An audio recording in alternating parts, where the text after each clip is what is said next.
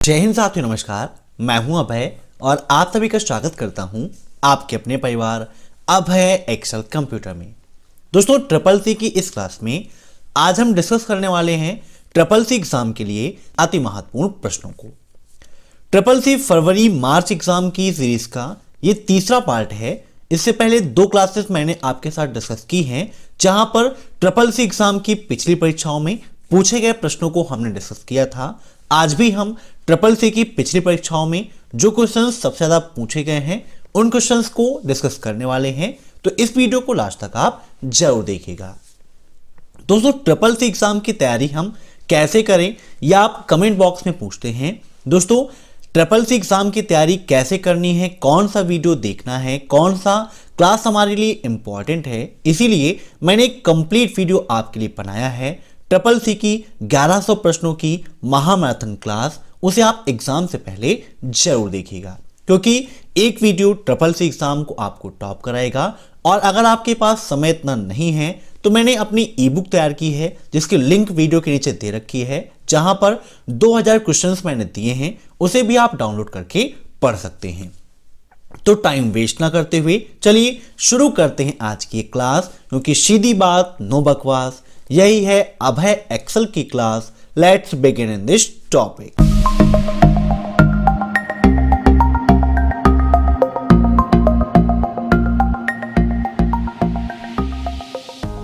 Gutter margin को जोड़ा जाता है। The gutter margin is added to. बताइए, इन सभी प्रश्नों को आप मॉक टेस्ट के रूप में लेते रहिए और कमेंट बॉक्स में आंसर्स देते रहिए। देखिए, जो गटर मार्जिन होती है इसका उपयोग करते हैं हम एक्स्ट्रा स्पेस देने के लिए, ठीक है। ऊपर से और कॉर्नर साइड पर स्पेस देने के लिए गटर मार्जिन को जोड़ा जाता है। तो यहां पर देखिए टॉप और लेफ्ट का ऑप्शन दिया गया है, ऑप्शन सी इज राइट, ठीक है। यही इसका राइट आंसर हो जाएगा, ऑप्शन सी इज राइट, क्योंकि टॉप और बॉटम ऊपर और नीचे नहीं होता है, ठीक है। वहां पर स्पेस नहीं दिया जाता है, कहां पर, ऊपर साइड या फिर कॉर्नर में, मतलब लेफ्ट साइड पे आप वहां पर मान सकते हो। तो इसका राइट आंसर होगा ऑप्शन सी। अब नेक्स्ट, निम्नलिखित दृश्य स्लाइड के लिए दृश्य टैब में उपलब्ध नहीं है। यहां पर पूछा गया है कि व्यू के अंतर्गत कौन सा व्यू उपलब्ध नहीं होता है। मींस जब आप व्यू टैब का उपयोग करते हैं तो कौन सा व्यू आपको नहीं मिलता है। Slide sorter view, notes page view, print view या फिर रीडिंग व्यू। देखिए, स्लाइड सॉर्टर भी आपको मिलता है, नोट्स व्यू भी मिलता है। प्रिंट व्यू हम बोलते हैं हैंगआउट व्यू को। किस व्यू को? हैंगआउट व्यू को बोलते हैं। लेकिन रीडिंग व्यू कोई नहीं होता है, तो इसका ऑप्शन हो जाएगा डी इज राइट, ठीक है। रीडिंग व्यू व्यू टैब के अंतर्गत नहीं मिलता है। Slide sorter, notes page and print view means hangout view. कौन सा? हैंगआउट व्यू, ये आपको उसके अंतर्गत मिल जाता है, नोट कर लीजिएगा। अब नेक्स्ट, प्रिंटर जिस पर आउटपुट प्रकाश किरण और स्याही के कणों द्वारा मुद्रित किया जाता है। मींस ऐसा कौन सा प्रिंटर है जिस पर आउटपुट जो है वो प्रकाश किरण और स्याही के कणों द्वारा मुद्रित किया जाता है। The printer on which output is printed by light beam and particles of ink. तो इसका राइट आंसर हो जाएगा ऑप्शन बी, लेजर प्रिंटर, ठीक है। लेजर प्रिंटर में प्रकाश किरण और स्याही के द्वारा प्रिंटिंग होती है। अब नेक्स्ट, निम्न में से कौन सा प्रतीक एक सेल पते को निरपेक्ष बनाने के लिए उपयोग किया जाता है? हिंदी लाजवाब। The symbol used to make a cell address as absolute. Means अगर आप किसी सेल को एब्सोल्यूट सेल एड्रेस बनाना चाहते हैं तो उसके लिए हम किसका उपयोग करते हैं, किस सेल का उपयोग करते हैं? एब्सोल्यूट सेल एड्रेस का मतलब सेल को फिक्स करना, और इसके लिए हम उपयोग करते हैं डॉलर साइन का। किसका? डॉलर साइन का। अब नेक्स्ट, कौन सा विकल्प हमें विभिन्न व्यक्तियों को एक ही पत्र भेजने में मदद करता है? जैसे कि आपने एक लेटर बनाया, अगर आप उसी लेटर को कई सारे लोगों को भेजना चाहते हैं तो उसके लिए आप किसका उपयोग करोगे? Mail merge, macros, multiple letter या फिर टेम्पलेट। टेम्पलेट क्या होता है थोड़ा सा आप समझ लीजिए। टेम्पलेट्स क्या हैं? पहले से बने बनाए कुछ फॉर्मेट्स होते हैं। जैसे कि आप लिब्रे ऑफिस राइटर का उपयोग कर रहे हैं, वहां पर पहले से आपको कुछ फॉर्मेट्स मिलेंगे, जैसे कि लेटर है, फैक्स का कोई फॉर्मेट है, रिज्यूम का फॉर्मेट है। आइए आपको एक्सप्लेन करके समझा देते हैं। कई सारे क्वेश्चंस यहां पर आपको एक साथ बता देते हैं, क्योंकि नए सिलेबस में लिब्रे ऑफिस राइटर दिया गया है और आपके लिए काफी इंपॉर्टेंट है। सबसे पहले यहां से हम यूजर इंटरफेस में हम इसको सिंगल टूल बार के रूप में कन्वर्ट कर लेते हैं। अब जूम कर लेते हैं। यहां पर देखिए पहला मेनू आपका है फाइल मेनू। सबसे पहले आप ये जान लीजिए कि कितनी मेनू यहां पर होती हैं। तो लिब्रे ऑफिस राइटर में file, edit, view, insert, format, styles, table, form, tools, window और हेल्प, टोटल 11 मेनू आपकी यहां पर होती हैं। जब आप फाइल पर क्लिक करेंगे तो यहां पर मिलता है आपको टेम्पलेट्स का ऑप्शन। अगर आप टेम्पलेट्स ओपन करना चाहते हैं तो आप ओपन टेम्पलेट्स पर क्लिक कर देंगे। तो यहां से अगर आपने कोई पहले से बनाया हुआ है टेम्पलेट्स तो आप यहां से उसका उपयोग कर सकते हैं। अगर आप मैनेज करना चाहते हैं तो टेम्पलेट्स पर जाएंगे, मैनेज टेम्पलेट्स पर आप क्लिक कर देंगे। ठीक है, मैनेज टेम्पलेट्स की शॉर्टकट की क्या होती है, यह भी आपके एग्जाम में आ सकती है। तो Ctrl+Shift+N होती है। टेम्पलेट्स अगर आप अपना बनाकर सेव करना चाहते हैं तो कोई फॉर्मेट आप बनाइए और सेव एज टेम्पलेट पर क्लिक कर दीजिए तो आप अपना फॉर्मेट बना सकते हैं। ट्रू एंड फॉल्स में आपके एग्जाम में क्वेश्चन पूछा जा सकता है ओ लेवल में कि क्या लिब्रे ऑफिस में या फिर वर्ड प्रोसेसिंग में हम अपना कोई भी पेज बनाकर उसे कस्टम पेज के रूप में सेव कर सकते हैं। तो बिल्कुल सही होगा। ठीक है, दूसरी बात आती है यहां पर एक साथ कई लोगों को लेटर भेजना। तो उसके लिए हम उपयोग करते हैं मेल मर्ज विजार्ड का। किसका उपयोग करते हैं, मेल मर्ज विजार्ड का। टूल्स मेनू के अंतर्गत ऑप्शन मिलता है।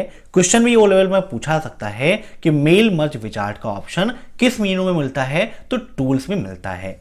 दूसरा प्रश्न आपके एग्जाम में यह आ सकता है कि मेल मर्ज विजार्ड कितने स्टेप में कंप्लीट होता है या फिर मेल मर्ज कितने स्टेप में कंप्लीट होता है। तो मेल मर्ज आपका 5 स्टेप में कंप्लीट होता है। पहला है सेलेक्ट स्टार्टिंग डॉक्यूमेंट, दूसरा है सेलेक्ट डॉक्यूमेंट टाइप, तीसरा है इंसर्ट एड्रेस ब्लॉक, चौथा है क्रिएट सॉल्यूशंस और पांचवा है एडजस्ट अ लेआउट। ठीक है, तो इन 5 स्टेप में आप मेल मर्ज कंप्लीट कर सकते हो। मेल मर्ज का उपयोग हम इसीलिए करते हैं ताकि एक लेटर हम बनाएं और उसको कई लोगों को, जितने लोगों को भेजना चाहते हैं उतने लोगों को एक बार में हम भेज सके, मीन्स उनके लिए लेटर बना सके। तो राइट आंसर क्या होगा, ऑप्शन फर्स्ट, मेल मर्ज। अब यहां पर बात हो रही है मैक्रोस की। तो मैक्रोस को थोड़ा सा समझ लीजिए। कभी कभी एग्जाम में डिस्क्रिप्टिव में पूछ लेता है कि मैक्रोस कैसे काम करता है, बताइए। तो मैक्रोस क्या करता है, रिकॉर्डिंग का काम करता है। जैसे कि आप मोबाइल फोन्स में या फिर वॉइस रिकॉर्ड करें या फिर वीडियो रिकॉर्ड करें तो जो भी एक्टिविटी है वो आपके फोन में उस समय की रिकॉर्ड हो जाती है। वैसे ही आप राइटर, कैल्क, इंप्रेस कहीं पर भी देखें तो मैक्रोस जब आप ऑन कर लेते हैं, एक शॉर्टकट की अपनी बना लेते हैं, तो जो भी वर्क आप करेंगे जब मैक्रोस रिकॉर्ड करता रहता है, जब भी दोबारा आप उस शॉर्टकट की का उपयोग करेंगे तो जो भी वर्क रिकॉर्ड हुआ है वो ऑटोमेटिक वहां पर हो जाता है। ठीक है, तो मैक्रोस का उपयोग अपनी शॉर्टकट की के द्वारा रिकॉर्डिंग के लिए उपयोग किया जाता है। क्या रिकॉर्ड करता है, वर्क को रिकॉर्ड करता है, मीन्स कमांड को रिकॉर्ड करने का काम करता है। अब नेक्स्ट,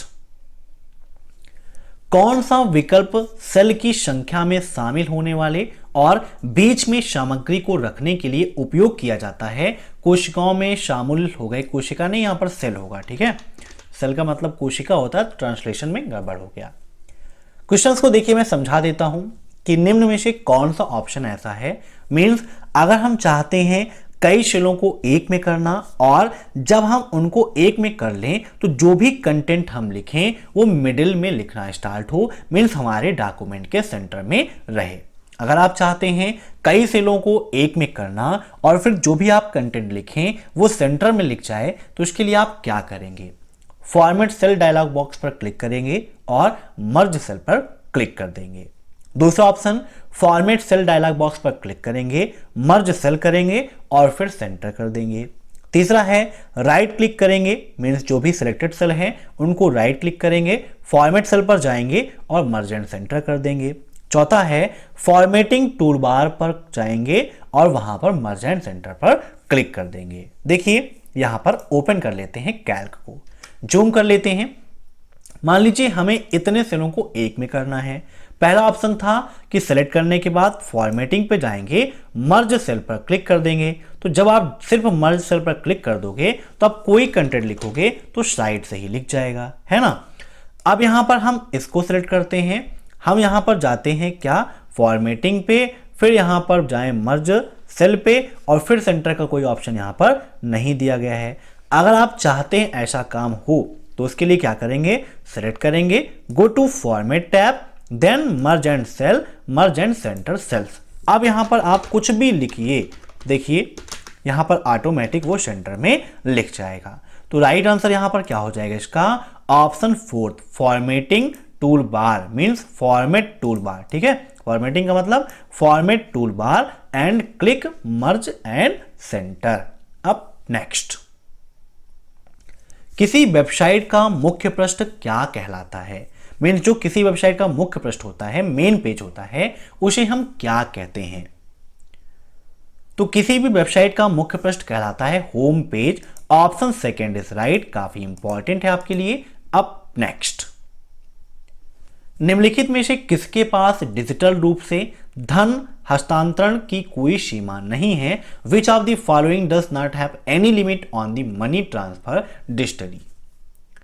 IMPS, NEFT, UPI और RTGS, इनके फुल फॉर्म्स भी आपके एग्जाम में पूछे जाते हैं, तो एक्सप्लेन कर देता हूं यहां पर।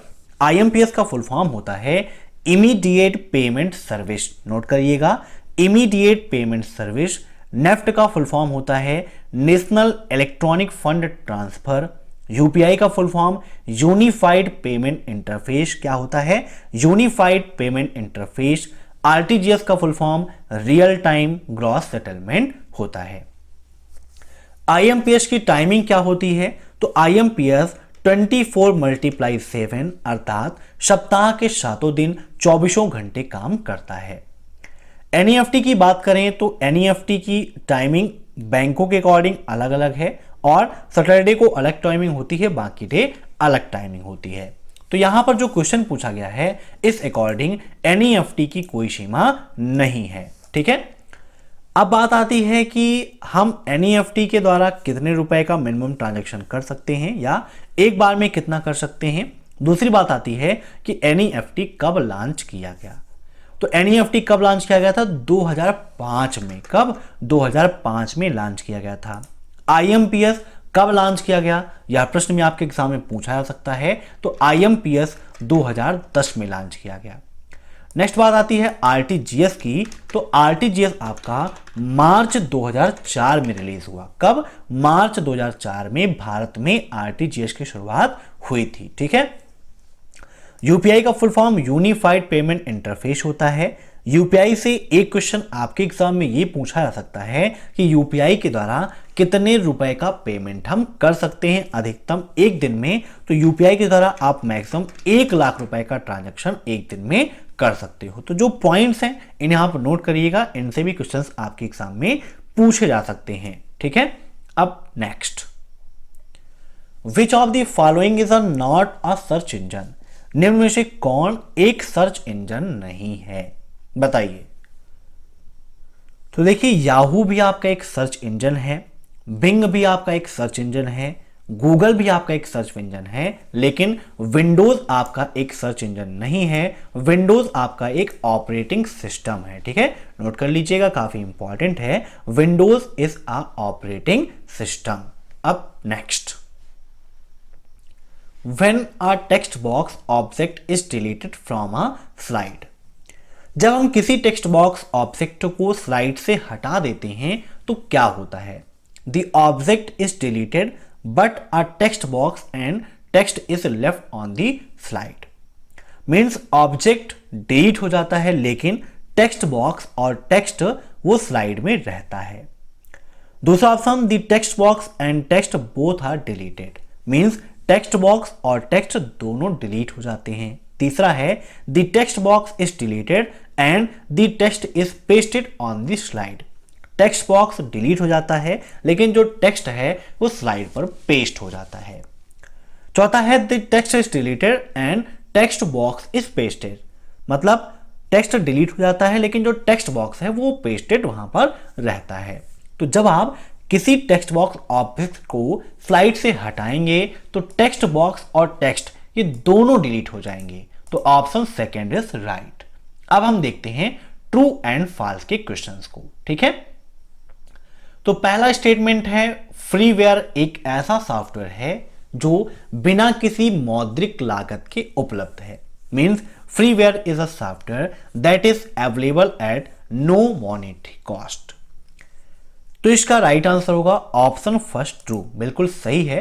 देखिए दो प्रकार के सॉफ्टवेयर होते हैं, एक ओपन सोर्स सॉफ्टवेयर और दूसरे क्लोज सोर्स सॉफ्टवेयर। इसके अलावा सिस्टम सॉफ्टवेयर, यूटिलिटी सॉफ्टवेयर, ये सब अलग की चीजें हैं। तो अगर हम फ्री और पैसे में देखें तो दो होते हैं, ठीक है, ओपन सोर्स और दूसरा क्लोज सोर्स।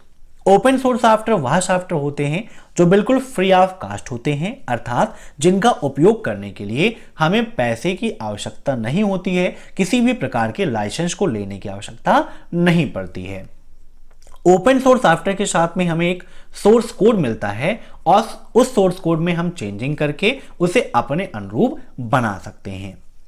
नेक्स्ट बात आती है क्लोज सोर्स की। तो क्लोज सोर्स एक फ्री सिस्टम होता है, ठीक है, बिल्कुल सॉरी, क्लोज सोर्स पेड होता है जिसका उपयोग करने के लिए हमें लाइसेंस की आवश्यकता पड़ती है। अब नेक्स्ट क्वेश्चन देख लेते हैं हम। Ctrl+H key is use to hide the window. Window को हाइड करने के लिए Ctrl+H का उपयोग करते हैं, तो ये बिल्कुल आपका गलत है। अगर कोई भी टेक्स्ट एडिटर है जैसे कि आप नोटपैड, MS वर्ड या फिर राइटर, कैल्क, इम्प्रेस, ठीक है, कहीं पर भी आप Ctrl+H का उपयोग करेंगे तो वहां पर रिप्लेस का ऑप्शन ओपन होता है। कौन सा? रिप्लेस का ऑप्शन ओपन होता है। ब्राउजर में हिस्ट्री का ऑप्शन ओपन होता है, लेकिन विंडो को हाइड करने का ऑप्शन कहीं पर Ctrl+H से नहीं आता है। अब नेक्स्ट, ड्रॉप कैप द्वारा समर्थित लाइनों की अधिकतम संख्या 10 है।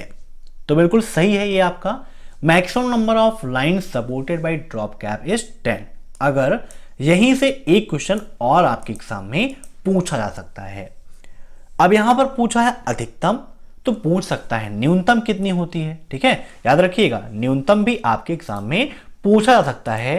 तो minimum number of line is 1, ठीक है, कितना होता है? 1 होती है, ठीक है, मिनिमम 1 और मैक्सिमम 10।